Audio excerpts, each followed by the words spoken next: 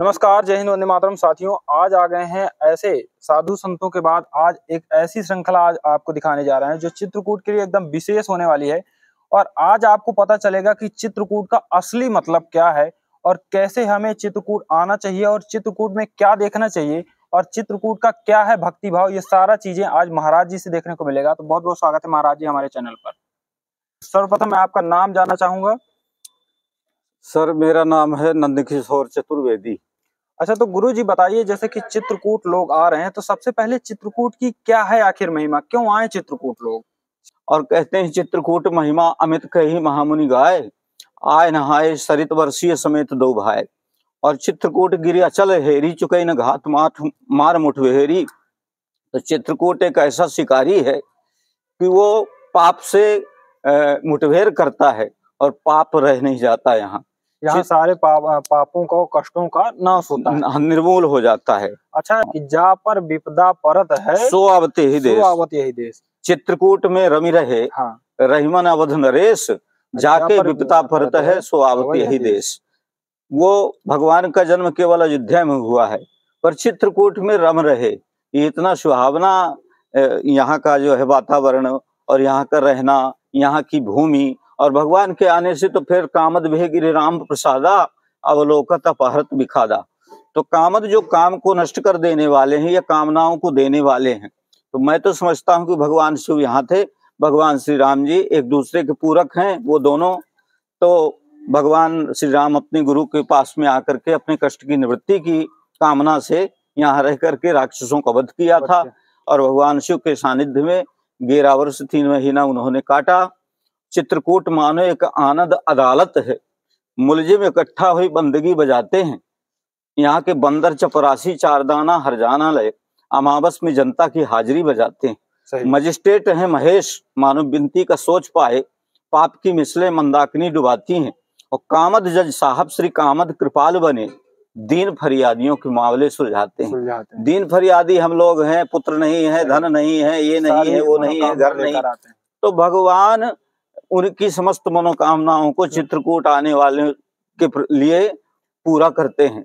देखिए, हनुमान जी से तुलसीदास जी ने कामना किया, याचना किया कि मुझे वाराणसी जैसे क्षेत्र में दर्शन मिल जाए। पर हनुमान जी ने साक्षात कहा था कि आप तो चित्रकूट चलो और चित्रकूट में ही दर्शन होगा। काशी में वो सामर्थ्य नहीं है जो तुम्हें दर्शन हो सके कल युग में, पर चित्रकूट में वो सामर्थ्य है कि दर्शन हो जाएगा, मिलेंगे। और एक दिन वही हुआ, चित्रकूट के घाट पर भई संतन की भीड़, तुलसीदास चंदन घिसत तिलक करत रघुवीर।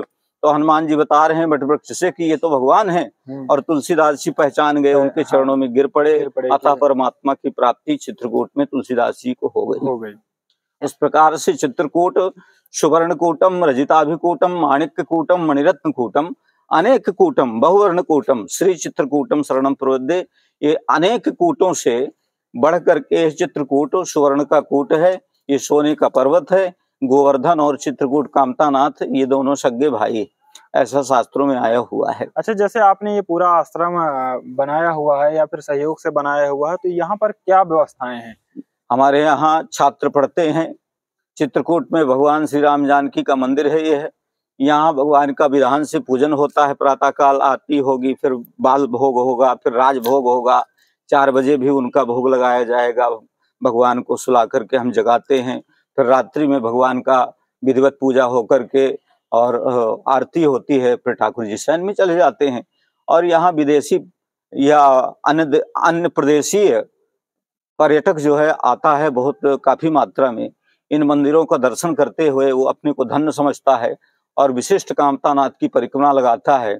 इसके बाद सती अनुसुईया गुप्त गोदावरी आदि जो यहाँ प्रमुख तीर्थ हैं, अत्रि आदि मुनिवर जहाँ बसे ही करही जोग जप तप तंत्र कसे ही, वहाँ अनुसुईया जी और गुप्त गोदावरी में जा करके तो भगवान वहाँ सब जगह दर्शन करने गए हैं, इसलिए पावन है, पुनीत है।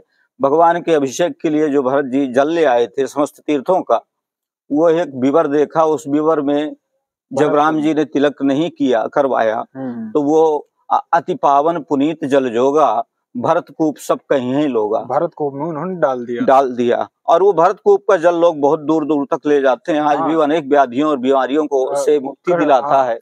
हमारा जो हनुमान धारा है वहाँ हनुमान जी बसते हैं, देखते हैं वहाँ का पर्वत है हनुमान धारा, वही पर्वत है। आपने वीडियो नहीं देखा तो नीचे डिस्क्रिप्शन में लिंक मिलेगी, वहाँ का वीडियो भी आप देख सकते हैं। इस प्रकार से हनुमान जी के लंका जलाने के बाद जो उनके पक्ष में अग्नि का ताप था वो हनुमान धारा में आकर के ठीक हुआ, और वहाँ ऊपर से जो जल गिरता है वह अमृतमयी जल है, लोग ले जाते हैं और वो जड़ी बूटी का काम करता है।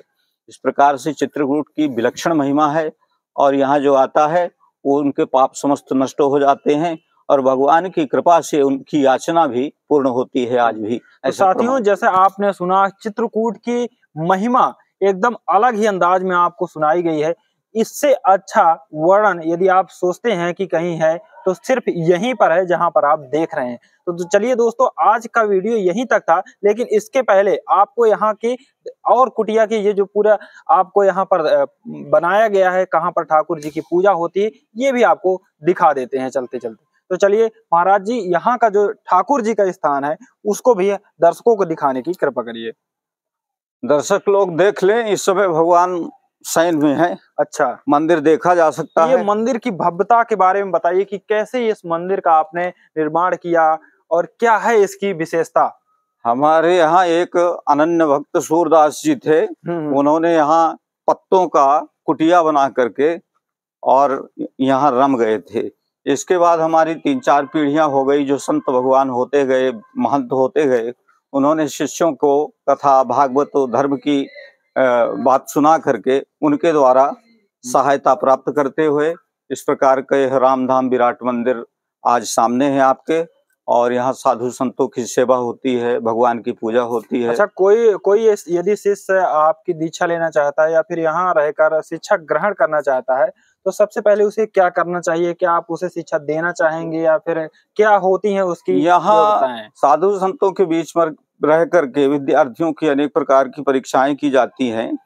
तो प्रातः काल उसको उठना होता है 4 बजे 5 बजे उठ करके, फिर इसके बाद नहा करके वो अपना संध्या बंदन करता है। संध्या बंदन करने के बाद ठाकुर जी की आरती, तब तक समय हो गया, भगवान का भंडार बना, भगवान ठाकुर जी के भोग में सभी विद्यार्थी अपना अपना भाग बटाते हैं, और जब ठाकुर जी का भोग लगता है प्रसाद पाते हैं, जल्दी करके 10 बजे तक वो प्रायः संस्कृत विद्यालय चले जाते हैं। अच्छा। और अपनी शिक्षा ग्रहण करते हैं। उसके बाद भी जो समय निकलता है वो आकर के संतों की और ठाकुर जी की सेवा में रत रहे। अच्छा, जैसे कुछ लोग बाहर से पर्यटक आते हैं या फिर दर्शक आते हैं यहाँ पर चित्रकूट की महिमा को देखने के लिए, तो जैसे वो चाहें तो क्या ऐसा भंडारे की या फिर कोई रहने की व्यवस्था यहाँ पर है? यहाँ भंडार की भी व्यवस्था है, रहने की भी व्यवस्था है, सब प्रकार का उन्हें साधन दिया जाता है यात्रियों को, ताकि किसी प्रकार से उनको कष्ट ना हो, और वो अपनी स्वेच्छा से आते हैं और स्वेच्छा से ही जाते हैं। तो यहाँ पर क्या जैसे रुकने का, जैसे कोई रात्रि निवास करना चाहता है, कोई भक्त आता है यहाँ पर चित्रकूट के दर्शन करने के लिए आता है, तो क्या यहाँ पर रुकने का उसको कोई शुल्क लगेगा या फिर नहीं लगेगा? हमारे यहाँ कोई शुल्क नहीं है, उसका श्रम ही शुल्क है। उसका समय को देखते हुए किसी होटल में रुकेगा तो कुछ न कुछ पैसा देगा। हाँ। तो हमारे ठाकुर जी की जो व्यवस्था चलती है वो भक्तों के माध्यम से ही चलती है, धर्म के माध्यम से ही चलती है। ऐसा अनेक प्रकार के भक्त आते हैं जो बगैर मांगे, हम लोग याचना नहीं करते किसी से, फिर भी वो ठाकुर जी की इच्छा से कुछ न कुछ जमा करके जाता है, और वही हमारे यहाँ साधु विद्यार्थी भोग तो लगता अपना है। जो भी उसकी इच्छा हो, स्वयं इच्छा से वो कुछ भी दान कर सकता है। कुछ भी दान कर सकता है।